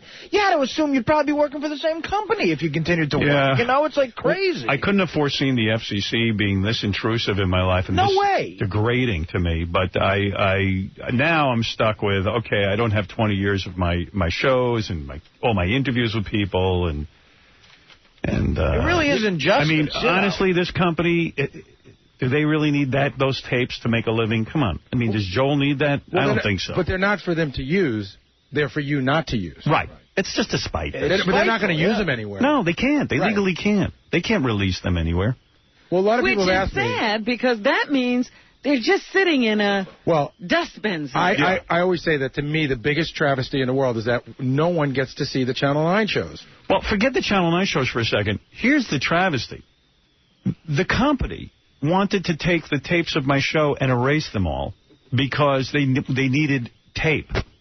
They needed physical tape. They didn't want to spend $1 or $2 for the tapes, the cassettes. So this material would have been gone anyway. Right. They never thought to save it. So I maintained it. I saved it. I made it available for best stuff. They didn't want to do best stuff. I said, do it. You can sell it. You can sell it to your sponsors. Right, even the whole thing. Nobody did best. Nobody did best stuff till I started doing it. You even figured out how to archive the material. Yeah. So I was really on top of it. I was diligent about it. And, what does this material mean to them? Except to say, F you, Howard. And why the F you? What have I done? And I know what they're saying. Well, we can make some money off this, too. And I'm fine. Whatever money I make off it, I'll go halves with you, or whatever our arrangement is. They go, no. We want a piece of your contract over. And I go, that's not going to happen. I mean, you got to be reasonable. It's a show in reruns. If the reruns generate money and I can sell it through advertising, well, there are subscriptions. I go, but they're not subscribing for old shows. They're subscribing for new shows. They want to hear the outrageous new show. And this is what I've said. And I said, and any money generated from these shows, you will get. And some money is better than none. I'm not giving up, I can't let them share in the subscriptions. I don't even have that control. Do you think that the thinking is, I'll try to think like them, that the amount of money they will make doesn't equal how good they might be to helping you over there? By the way, let's say it helps me over there. Let's say I do a better show because I have my tapes. Right. Okay? How does that hurt them? You think people aren't going to listen to AM and FM radio? Well, I think that nobody knows the answer to that. I think it's a feeling. Well, let's say people all decide to move to satellite, which would please me to no end. Mm-hmm. That's going to happen anyway, if it happens. So, it's just affecting me and my history, my personal history. It's not going to make or break me. I'm going to have just as many subscribers whether I have those tapes or not. That's my point. It is not. Someone's not going to go, wow, Howard got his old tapes. Now I better subscribe. Well, the other thing, Howard, is... It's not going to go down that way. And what will happen is I think that down the line you'll have access to them, but then you won't really want them. Because I know by the time we got access to the NBC tapes... I have access to the NBC tapes. I never even play them. But your show was so different that I almost couldn't play them again because it didn't sound like you. Exactly.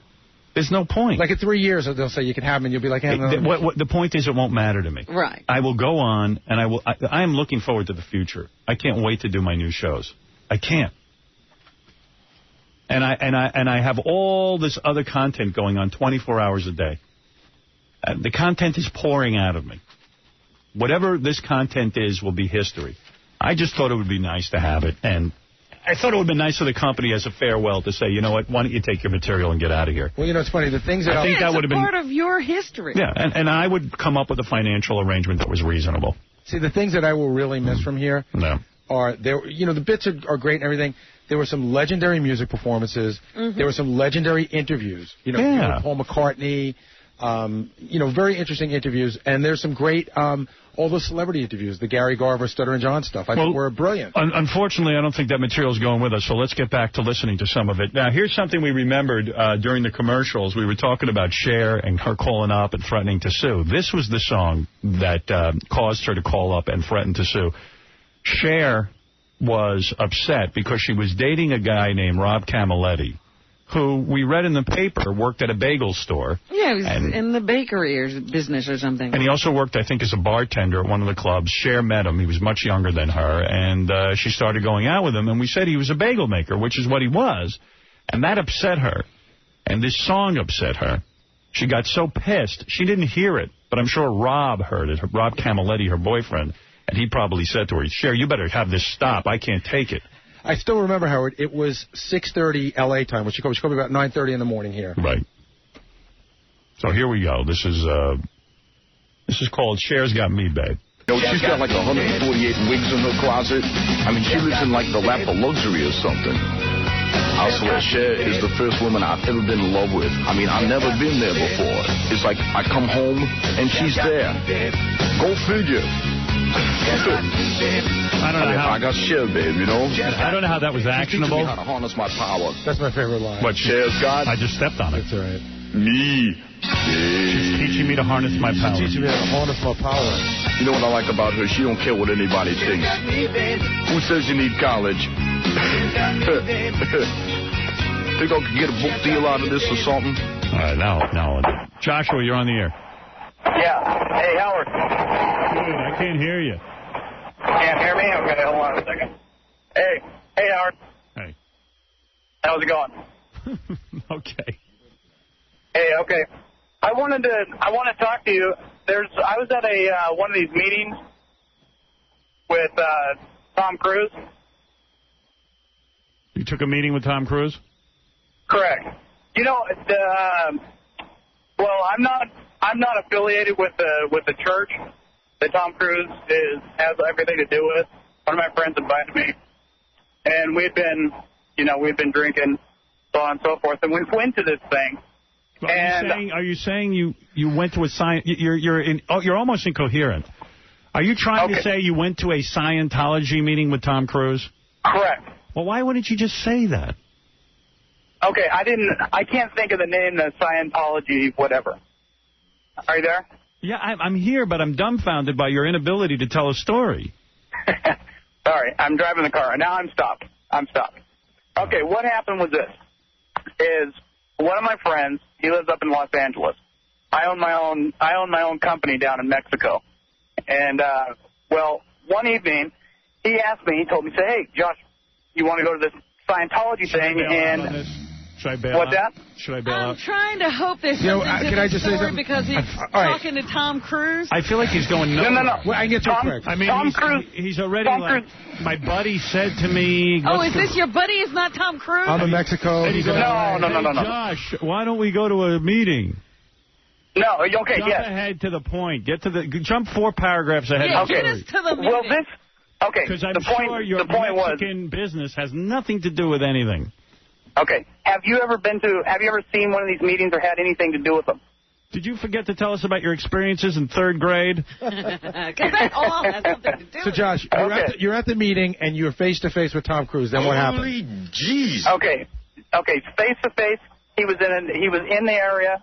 He was there. But this guy, what they do there you is had just no experience with Tom Cruise, in other words. I got to go. Thank you very much, Josh. I mean, really, does anyone think that's going anywhere? I was, kind of fascinated. Tom Cruise was in the room. That's all he's going to say. Do you know what they do? What? You know what they do. Eric, go ahead. Yeah, how you doing, Howard? Hey, I got one long before you played Desperado for Kinnison. You played Ted the Janitor. Desperado, Ted the Janitor. Remember Ted the Janitor? He loved Robin and those big black bosoms. And he did Desperado, a song parody? Yeah, right after he had passed away, you did a song parody for Desperado. Oh, right. Ted the Janitor, you didn't, blah, blah, blah, blah, blah. Yeah, that's going way back. I actually pulled something else out. This is the song that got us in trouble with Jerry Seinfeld. He used to do the show. Yes, with Janice Ian. We had Janice Ian in, and Jerry, it was in the paper that Jerry was dating a 17-year-old. And I don't know, he just really took offense to this. You called him and asked him about it, and he said that she was, a friend and much older than her years, and then you did this song, and he never talked to us. What does age mean? He never talked to us again, ever. That was it. It was over. So let's listen to that. Hey, Jackie, get that microphone. Okay. Oh, well, actually, we don't need it No, from the we're fine. guitar. We're good, We're okay. I think Beth was 17 that year, too. I was going to say, you could have been singing this to yourself at this point. Yeah, I would think it was You were funny. in a different place at that time. He took such offense to that. He really did. He really did. Big deal. I think, you know, it's funny, I listened back to it now, it's pretty rough, but I think we all thought, oh, he'll just laugh. He's a You comedian. know what? See, I don't think it's that rough listening back to it. I don't either. I think he was just very touchy. Yeah, he was touchy on the subject because it was in the news. Well, You mean the subject of statutory rape? Well, you know, 17 is young when you're a guy in your 40s. It's really young. He was late 30s. Was he? Yeah, he was like... He was cresting 40. Yeah, it's, you know what? Yeah, he didn't get a show till he was 40. You wait till they turn 18. I mean, 17 is real young, man. That's just young. Well, the weird thing was, the whole way this thing started, we sort of broke the story, and a guy called me and he said, listen, I'm going to let you know, Seinfeld's dating a girl that's 17, and the way I know it is, she gets out of high school, and he meets her at, like, some diner around the corner. Right. And then we talked about it, and Page 6 picked up on it, and they found out that was true. What's the, we already played my favorite bit of all time, China Girl and China Man. I'm trying to think, maybe now we should, you know, Billy Gibbons is coming in, so maybe we should just play one of our all-time favorite bits from The Wall over there, or play one of the best songs ever done in here, acoustically. I'd love to hear the whole, you know, we only hear it in bits and pieces a lot at the top, the whole Woodstock, James Taylor. I love that. Oh. Want to play that one last time? Rendition. I'd love to hear that. I mean, maybe we should play that one last time. Anybody want to hear that? I would, yeah. Give me a couple minutes to find it, though. A couple of minutes? Oh. You want to go over the wall, see if there's any performances you want to pull, and then we'll get to Billy Gibbons? Yeah, maybe a bit, because, you know, we're not hearing many bits. We don't know what to play. We have 20 years of material. I know. You know, a lot of this stuff, the stuff I really want to play you, I can't because the FCC rules are so tight. I was going to play you a song that we did about Nambla Man instead of Ramblin' Man. Right. And we can't play it because it has to deal with... It's not even that the content is offensive. It's about a guy who loves young boys. Right. And even though we're ridiculing that, we can't play it. Yeah, and Tom's got it in his head that we can't even mention men who love young boys anymore because he thinks the FCC goes berserk over that. I don't even know that there's any evidence that they'd go berserk over that, but he's decided somehow that that's the rule. You got the James Taylor? All right. Why don't you do James Taylor's entire Woodstock for Artie since he wants to hear. What bit did you pull, Gary? What do you got over there? You know what? I saw there's a bit. I'm not even sure we could play it. Liberace's Neighborhood. I remember that was a classic. I remember that. I don't remember it. I don't either. Let me see it. Liberace's Neighborhood. Yeah, Tom, you want to defend yourself on that? Yeah, no, I know. It's not that Tom thinks if you just talk about Nambla that's an issue. It's not. We can talk about Nambla. Well, the song is about an old guy who loves young boys. I don't remember the song. Yeah, I'm sure you would have a problem with it. I don't have a problem with it, but you might. Let me see. I have a request. What? I want to hear Alive. Alive? Alive. Remember? Remember that bit where we did the movie? We crashed in the Andes? We crashed, and it was like, who would eat who? I don't even remember it. Was that out of the Closet Stern? No, that was just the cast, because we were sitting here talking one day about what we would do if a plane crashed with us all on it. You have that, Gary? I tell you what I'll do. Liberace's Neighborhood, I'll play after Billy Gibbons, before you do the news. I'll play the Woodstock song, and if you've got Alive, is it good? I think it funny. was a funny one. It was one of the made-for-radio movies. Okay. A made-for-radio movie called Alive. It's classic. The guys are looking for Artie, you remember it? Actually, I do not, no. I don't know if they can find it. Well, whatever. What'd you find? What do you got down there? Get the mic. Look, they're all over. This is the only way to do this because, you know, you can't go organize it. You know what I found? Crazy. I found a whole cart rack of bits that were sort of hidden. Oh, yeah? Like, let's see. What do we got here? Das Love Boot. Oh. That's from NBC. Hold on. As the Barbecue Turns. Oh, find Alive. We're looking for it. How can you see anything? It's so dark. Joey Buttafuoco for president. Well, I'll play Woodstock then. We'll find it later. I'm feeling pressure because Billy Gibbons is waiting.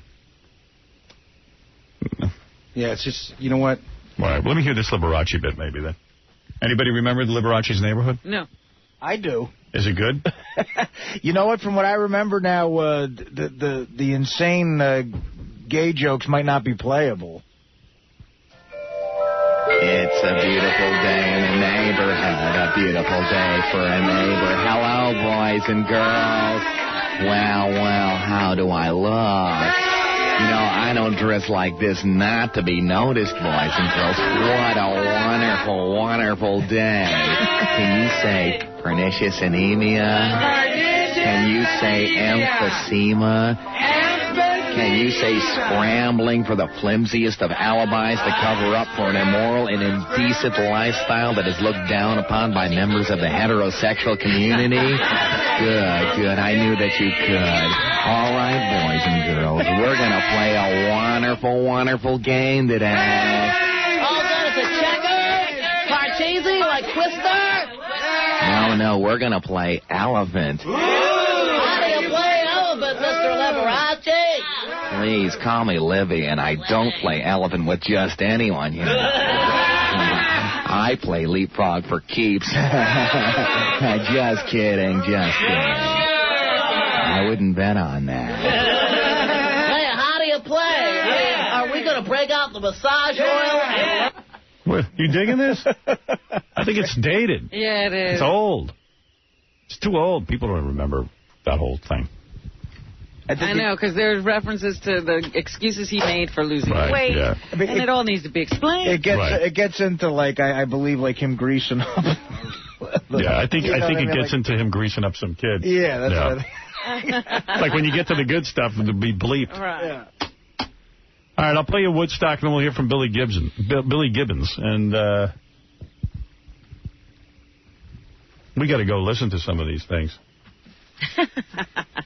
Then it's not as spontaneous. Oh, all right. Go ahead, Fred. Here it is for the last time. James Taylor doing Woodstock. Pictured you as a heavy-set guy, and you're thin. Yeah, they looked bigger on stage, didn't they? How you doing? Take a seat. Maybe all the guys are thin. Maybe all the guys are thin. I always thought Billy was this big, heavy-set dude, like a biker dude. Like a beefy Hell's Angels guy. Yeah, I thought you were like a Hell's Angel guy, like a beefy Hell's Angel. Yeah, they're over on St. Mark's. Yeah, sure they are. Yeah. How are you? Doing all right. Yeah, you're the legend, man. Felt any better, we'd be twins. Yeah, you done real good, man. We try. Spectacular career, all those good songs. Yeah, I've been waiting to come up here, and damn, all these girls around here. What? I should have known. I know there's always girls around. Hello, how are you? What's going on, girl? Not much. You married, man, or are you still out on the road doing your thing? We don't know. You don't talk about that? No, that's what the road does to you. No, seriously, you a family man, or what's your deal? A family man, yeah. Really? Yeah. I'm sorry. Oh, geez. Me too. Always wanted to ask you about the beard. I know you've had a million questions about it, but isn't the beard at this point like a major pain in the ass? Like, yeah, we're trying to see. The smart man in the band is Frank Beard, the man with no beard. Right. Percussionist. Yeah. He dropped out long ago. He can go to the shopping mall. Right. We can't go. Did he originally have a beard? Well, he was trying, but he dropped out. He said, no, man. Is the fear that if you cut the beard off, there goes your power, like sort of like Hercules like your fame or Samson? is in there. I mean, Samson, rather. You know, Samson cut his hair, you know, or is it like, is that your fame, too? Because that's the way people recognize you through the beard. There's always Gillette, you know. Right. Have you ever shaved it off? No. Never? No. How long have you now been growing that beard? Well, let's see. We started this morning at right before we got up. Is there such a thing as a beard toupee? Like you could just take it off at night? Like a merkin? Yeah, merkin or something.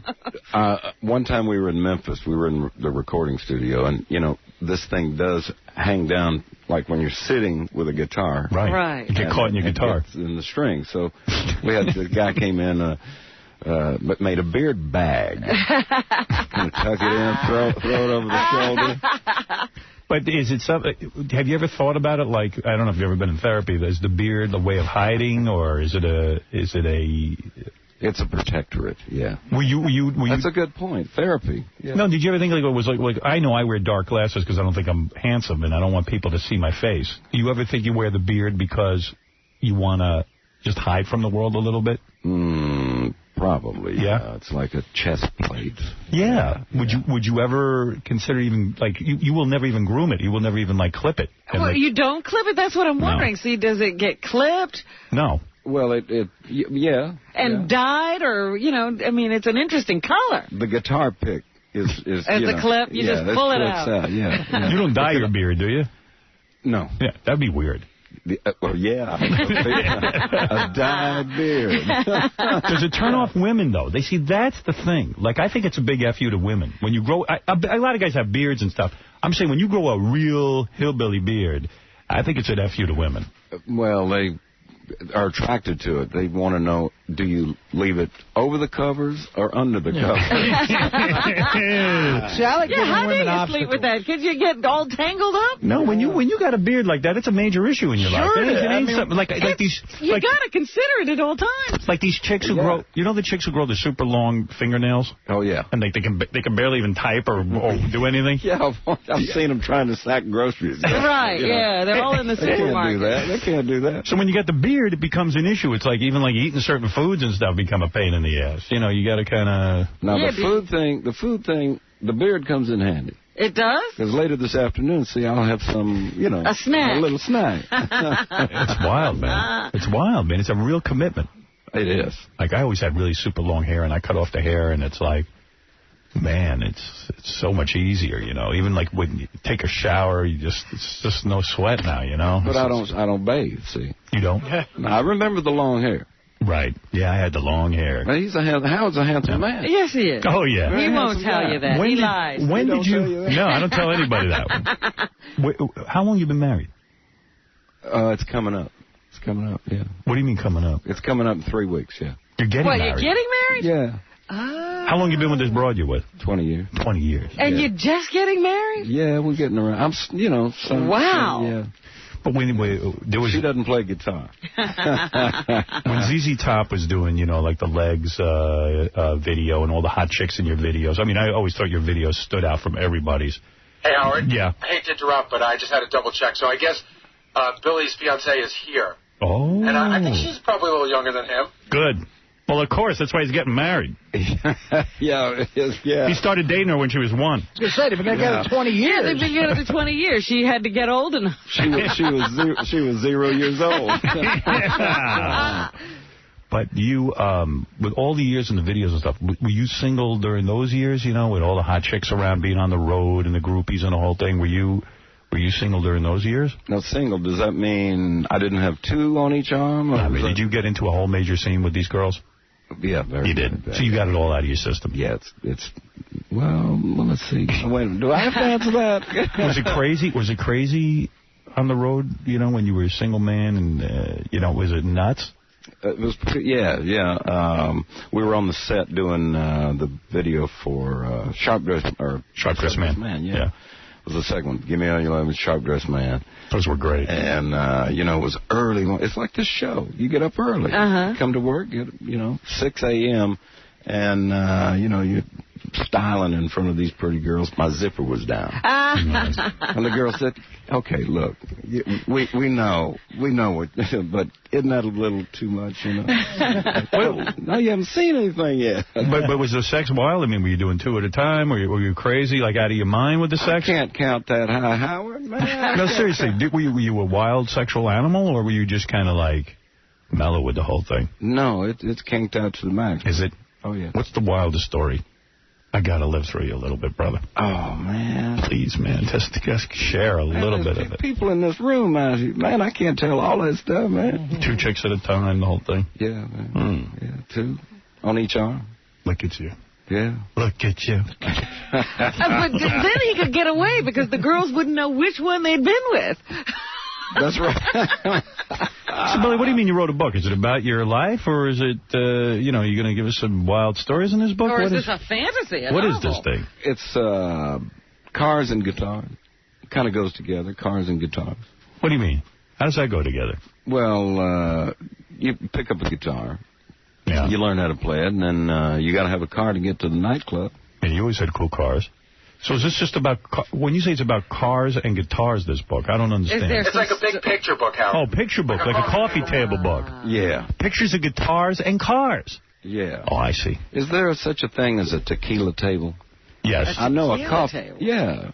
I mean, this could be a tequila table book. You got like a weird collection of guitars. Even the guy said the guitar you brought with you today is like not even a guitar. It's some weird sort of instrument. Yeah, it's made out of a cigar box from the 20s. What, really? What is it called? I don't know. I guess a cigar... A cigar guitar? Cigar guitar. The thing you're playing today has how many strings? 4. 4 strings? Yeah, tuned in unison, so that means it's 2 strings. Two strings. And it's made out of a cigar box? Yeah. A cigar box. Partagas, back in the 20s, they were wooden cigar boxes. And how do you find an instrument like this?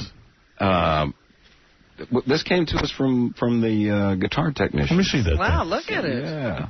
Oh, look at that weird thing. Sanchez. That looks kind of cool. Yeah, it sounds good. Yeah, I could play that. You could? I don't know. 4 strings tuned in unison?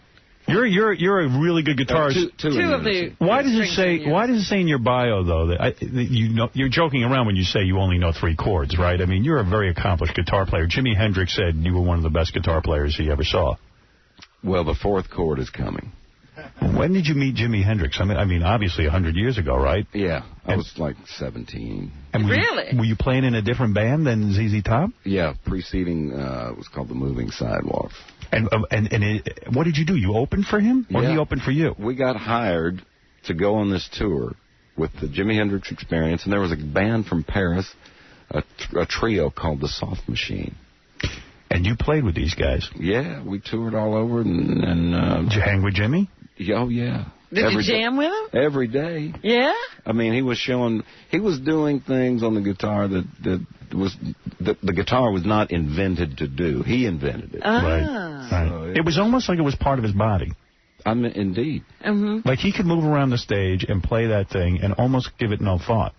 Yeah. And plus he was left-handed playing a right-hand guitar upside down. That pretty much tells it right there. You know, everything was upside down. When you meet a guy like that who plays that good, do you say to yourself, that's it, I'm out of the business, I don't want to even be around anymore, or does it inspire you? It's inspirational. It is. You're learning, I'm just like watching. And what he was digging on, we were in Phoenix, Arizona, and he wanted a record player. And, back in those days, a record player was the size of a Buick. Right. And he had the 2 guys from the hotel lugging this thing in and in and in. And he was playing Jeff Beck's first record, Truth. Wow. Not the first record, but first Jeff Beck group. Just listening to it. Mm. Did you hang with him like a friend would hang? Did you sit and talk to the guy a lot? Yeah. Was he an odd guy? He was an all right guy. Was he always high? Always. Did you do a lot of drugs back then? Always. Yeah. So were you around him the night he died? No. No. That was later. But you guys would trip together, do acid and that kind of stuff? No, they used to have this red weed, and they carried it in a little leather wrist, fold-over snap.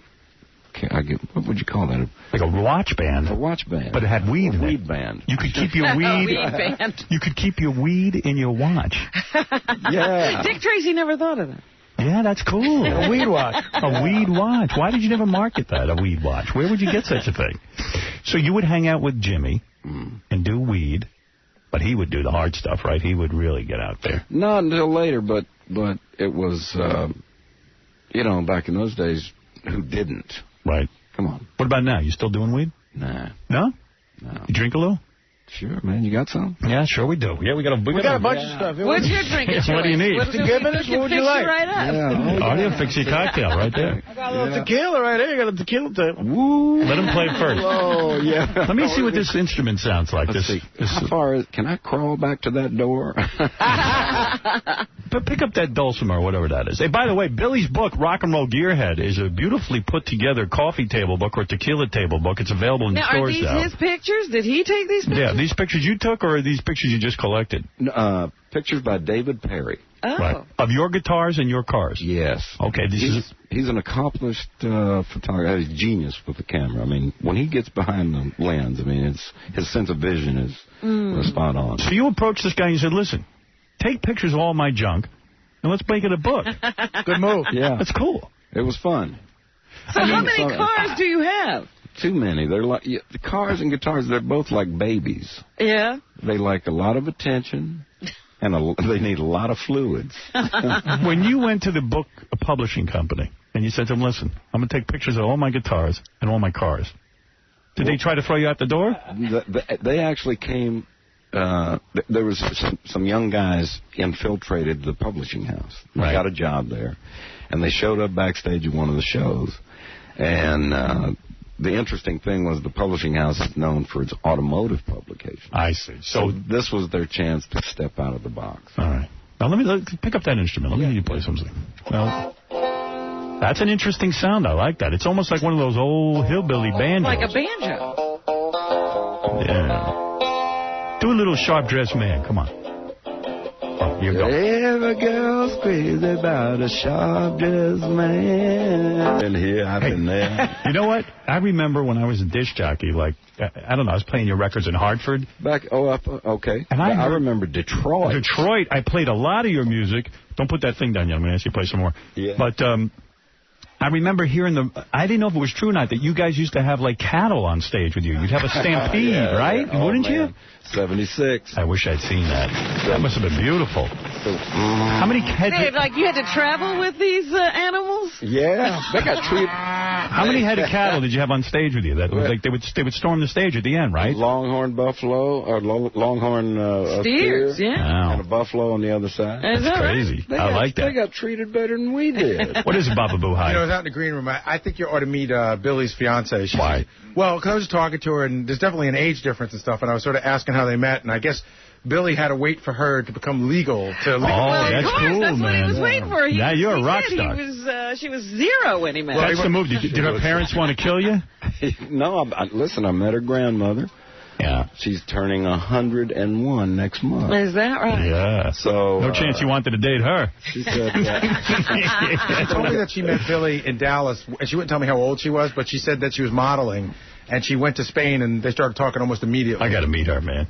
You got to bring her by. I would love to know how old she was when he met her. Yeah, you got to bring her by here. She started talking about her grandma. I said, well, let's go take your grandmother to lunch. One of my favorites are LaGrange. You got to do LaGrange. Meet your broad, man. I'm going to take a look at what you're doing. Let's see what you're up to. Bring her in. Have you got the prenup all done? You got the prenup, my brother? I think it's in the works, man. You're damn right it is. I'm keeping all that stuff. She didn't write Give Me Some Love. Yeah, let's see her write a song. What's your girl's name? Gilligan Stillwater. Gilligan. Gilligan? She was named after the TV show? Wow. Let me see Gilligan Stillwater. Oy vey, baby. Nice. Oh, yeah. What are you, a model? There's no way he's been with her 20 years. Yeah. Gilligan Stillwater. My dear, where have you been? What's happening? Hey, now, I've been in the green room. Good for you. You're looking nice. You really? What happened? How old were you when you met Billy? 15. Something like that. Really? Yeah. And he was taken. That's what she said. So what do you have to do? Do you have to wait until he did? He was patient. He was very patient. He waited till you turn 18? Yes. And then he did. How did you keep track of her while you were waiting? Yeah. I sent her flowers every Valentine's Day. Is that right? Even when she was a little girl? Tracked her down. Yeah. Were you afraid of this man at first? I mean, were you like, oh, my God, what am I getting into? I'm not even out of high school. Kind of. Yeah. Kind of. Then I moved to Europe, and he came over there on tour, and that was all she wrote. Yeah. It was like, okay, we met in Texas. Yeah. She went off to Spain. Bumped into her in Germany. See, I got a question about that. Like, were there different laws in Germany and Spain than what, say, the laws are over here? You could do her at 16 in Germany. That's what I'm thinking. Well, they had heard what Elvis did with Priscilla. So that's right. Let's meet in Germany. This is it for you, though, right? You guys are going to get married for real? Here's the ring. Oh, look at that. Ooh, major rock. Big one. That's nice. Major rock. You're going to have to sign the prenup. You know that. Yeah, I know that. You didn't write Tush. Yeah. So I go and have lunch with her grandmother. She's 100. What about Mom and Dad? Were they pissed? No, Mom was in tow. It was an ambush. Really? Did your dad sit down and say, hey, he's too old for you?